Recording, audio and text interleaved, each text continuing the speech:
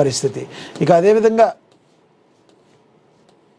జైహో భారత్ విశ్వ విజేతగా Suryasena T20 world కప్లో భారత ఊచకోత వరుసగా 2 సార్లు కప్ గెలిచిన ఏకైక జట్టుగా భారత రికార్డు ఫైనల్లో విధ్వంసం సృష్టించిన సంజు శాంసన్, ఇషాన్ కిషన్, అభిషేక్ శర్మ భారత దెబ్బకు చిత్తుగా ఓడిపోయిన న్యూజిలాండ్ ఫైనల్ క్యాచ్ పట్టి మ్యాచ్ ముగించిన హైదరాబాద్ తిలక్ వర్మ మ్యాచ్ను వీక్షించిన అమిత్ షా, సినీ రాజకీయ క్రికెట్ ప్రముఖులు, టీమిండియాకు ముఖ్యమంత్రి రేవంత్ రెడ్డి, పిసి చీఫ్ మహేష్ కుమార్ గౌడ్ మంత్రులు అభినందనలు తెలియజేశారు.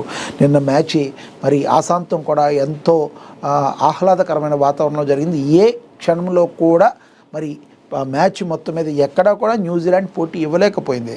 సెమీఫైనల్లో ఇంగ్లాండ్ లాగా మరి న్యూజిలాండ్ కూడా పోటీ ఇస్తుంది అనుకున్నారు, కానీ న్యూజిలాండ్ అయితే చేతులు ఎత్తేసింది. టాస్ గెలిచి ఏమంటా తను ఫీల్డింగ్ చేసుకుని బ్యాటింగ్కి మరి ఇండియాని ఆహ్వానించాడో కానీ ఆ ఇండియా మాత్రం వచ్చిన తర్వాత కోత కొట్టడం స్టార్ట్ చేసింది. అభిషేక్ శర్మ అదే సంజు శాంసన్ బౌలర్లపై విరుచుకుపడ్డారని చెప్పాలి.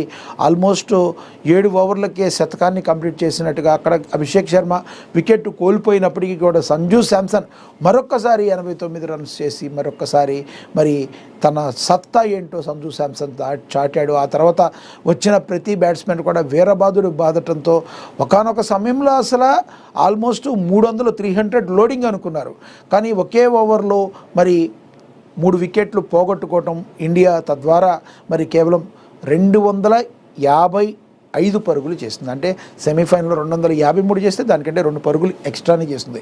నిజానికి ఇండియా ఆడేదానికి ఆ 3 వికెట్లు కన్నా స్టార్టింగ్లో పడకపోతే సెటిల్డ్ అయిన బ్యాట్స్మెన్స్ ఎవరైతే ఉన్నారో వాళ్ళు అవ్వకపోతే ఇషాన్ కిషన్ కానీ సంజు శాంసన్ కానీ అలా వరుసపెట్టి అవ్వకపోతే మాత్రం ఆ 300 రన్స్ మరి టార్గెట్ ఉండేది. ఏది ఏమైనప్పటికీ ఆ టార్గెట్కే బాగా ఎక్కువని బెంబేలెత్తిపోయేటట్టుగా న్యూజిలాండ్ మరి అనుకోవచ్చు.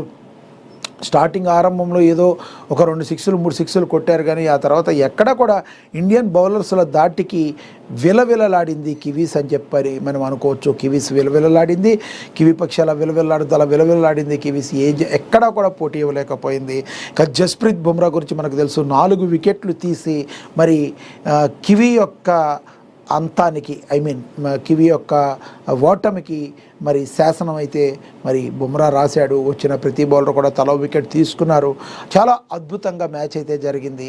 ఆ శాంతం కూడా నా భూతో నా భవిష్యత్తు అన్నట్టు జరిగింది. ఓవరాల్గా సూర్యసేన మరి T20 world cup back to back గెలుచుకుంది. లాస్ట్ టైం రోహిత్ శర్మ ఆధ్వర్యంలో, అంతకుముందు 2007లో ధోని కెప్టెన్సీ ఆధ్వర్యంలో, ఇప్పుడు సూర్యకుమార్ యాదవ్ ఆధ్వర్యంలో కెప్టెన్గా మరి 3 సార్లు అందులోనూ బ్యాక్ టు బ్యాక్ కొట్టింది. అందులోనూ ఇంకొకటి ఏంటంటే ఈ టీ20 వరల్డ్ కప్లో 250 పైచేలకు మరి టీమిండియా మెన్ ఇన్ బ్లూ 250 కొట్టడం, 3 సార్లు కొట్టడం అనేది మామూలు విషయం కాదు. ఆ రకంగా మరి ఇండియా అనేక రికార్డులను అయితే నెలకొల్పింది. చాలా అద్భుతంగా టీము మొత్తం కూడా చాలా కష్టపడి మరి ఎంతో అద్భుతంగా టీంకి విజయాన్ని అయితే అందించారు. విశ్వ విజేత సూర్యసేన టీ20 వరల్డ్ కప్లో కోత అయితే చేసింది. సరికొత్త చరిత్ర సృష్టించింది. వరుసగా 2వ టీ20 వరల్డ్ కప్ ఛాంపియన్గా నిలిచింది. 256 పరుగుల భారీ ఛేదంలో కివీస్ 19 ఓవర్లో 159 పరుగులకి చేతులెత్తేయడంతో భారత్ వరల్డ్ ఛాంపియన్ అయిపోయింది.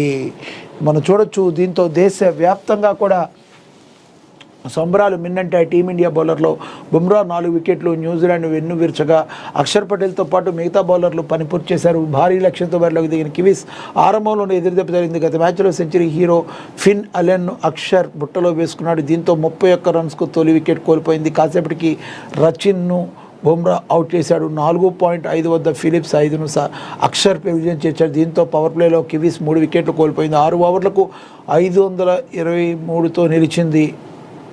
6 ఓవర్లకు 523తో నిలిచింది. మరో ఎండ్లో సిఫెట్ 52 మెరుపులు మెరిపించి కాసేపు ఆందోళన కలిగించాడు, కానీ వికెట్ల పతనం అయితే ఆగలేదు. హార్దిక్ 7.4 వద్ద చాప్మెన్ బౌల్తా కొట్టించాడు. ఈ మరుసటి రోజు ఓవర్లోనే వరుణ్ బౌలింగ్లో తొలి బంతికే ఇలా షాక్కు గురైంది. ఓవరాల్గా చూసుకుంటే సూర్య అరుదైన రికార్డు కూడా సృష్టించారు. ఈ విజయంలో 19 ఏళ్ల టీ20 కప్ చరిత్రలో సొంత గడ్డపై టీ20 వరల్డ్ కప్ను ముద్దాడిన తొలి కెప్టెన్గా సూర్యకుమార్ యాదవ్ రికార్డు సృష్టించాడు. గతంలో ఏ కెప్టెన్ కూడా సొంత గడ్డపై టీ20 ప్రపంచ కప్ను నెగ్గలేదు. ఇదివరకు టీమిండియా కూడా 2007లో సౌత్ ఆఫ్రికా జోహాన్స్బర్గ్లో, 2024లో బార్బడోస్ వేదికగా జరిగిన ఏడిషియల్ పొజిషన్లలో ఛాంపియన్గా నిలిచింది. టీమిండియా ఒకటే వరుస విజయాల రికార్డ్ అయితే సృష్టించింది. ఈ రకంగా చాలా అద్భుతంగా టీమిండియా ఆడి అందరి అభిమానాన్ని అయితే పొందింది అని కూడా మనం అర్థం చేసుకోవచ్చు. ఇక అదేవిధంగా చూసుకుంటే మహిళలకు అవకాశం ఇస్తే అద్భుతాలు చేస్తారని మంత్రి దామోదర్ రాజనరసింహ అన్నారు. మహిళలకు అవకాశం ఇస్తే అసాధ్యాన్ని సుసాధ్యం చేస్తారని ఆరోగ్య శాఖ మంత్రి దామోదర్ రాజనరసింహ తెలిపారు. ఒక మహిళ చదువుకుంటే ఒక తరమే ముందుకు వెళుతుందని, మహిళలకు ప్రాధాన్యం ఇచ్చే సమాజమే నిజమైన అభివృద్ధి చెందిన సమాజం అని మంత్రి పేర్కొనడం అయితే జరిగింది. ఇక అహ్మదాబాద్ స్టేడియంలో నారా లోకేష్ సందడి చేశారు. చెప్పినట్లే ఫైనల్ వీక్షించారు మంత్రి. అహ్మదాబాద్ నరేంద్ర మోడీ స్టేడియం వేదిక జరుగుతున్న T20 ప్రపంచ కప్ 2026 ఫైనల్లో వీక్షించేందుకు ఆంధ్రప్రదేశ్ మంత్రి నారా లోకేష్ హాజరయ్యారు. మరి భారత్ న్యూజిలాండ్ జట్ల మధ్య జరిగిన ఈ తుది పోరును ఆయన స్టేడియంలో కూర్చొని ప్రత్యక్షంగా తిలకించారు.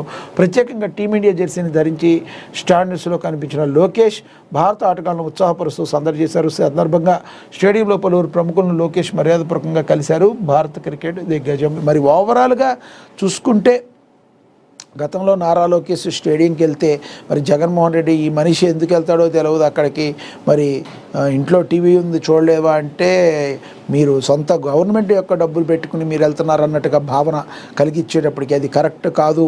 ఇది నేను సొంత డబ్బులతో వెళ్ళాను మిత్రమా అని ప్రూఫ్తో సహా టికెట్ చూపించారు. అంతేకాదు మీరు వీక్షిస్తానంటే మీ టికెట్ డబ్బులు కూడా నేనే పెట్టుకుని మిమ్మల్ని తీసుకెళ్తానని ఒక రకంగా జగన్మోహన్ రెడ్డికి చురకలు అంటించడం అయితే మనమైతే గమనించవచ్చు. ఓవరాల్గా అన్నంత పనిగా మరి ఫైనల్గా కూడా మరి ఫైనల్కి కూడా ఈయన రావడం అయితే ఫైనల్ మ్యాచ్ని వీక్షించేందుకు రావడం కూడా జరిగింది. ఇక బెంగళూరులో ఎన్టీఆర్ అభిమానులతో నిండిన బెంగళూరు పురవీధులు కిమ్స్ ఆసుపత్రికి భూమి పూజ. యంగ్ టైగర్ ఎన్టీఆర్ బెంగళూరులోని కిమ్స్ ఆసుపత్రి ప్రత్యేక విభాగం భూమి పూజకు అతిథిగా హాజరయ్యారు. కన్నడిగులు ఆయన గ్రాండ్ వెల్కమ్ చెప్పారు. ఆయనకి ఈ సందర్భంగా అప్పటి జ్ఞాపకాలను ఎన్టీఆర్తో పాటు ఆసుపత్రి యాజమాన్యం అయితే గుర్తు చేసుకున్నారు. ఈ సందర్భంగా తారక్ మాట్లాడుతూ కర్ణాటక వచ్చిన ప్రతిసారి అమ్మమ్మ ఇంటికి వచ్చినట్లు ఉంటుందని చెప్పి మరి జూనియర్ ఎన్టీఆర్ చెప్పడం జరిగిందని కూడా ప్రచురించారు. ఇక ఓవరాల్గా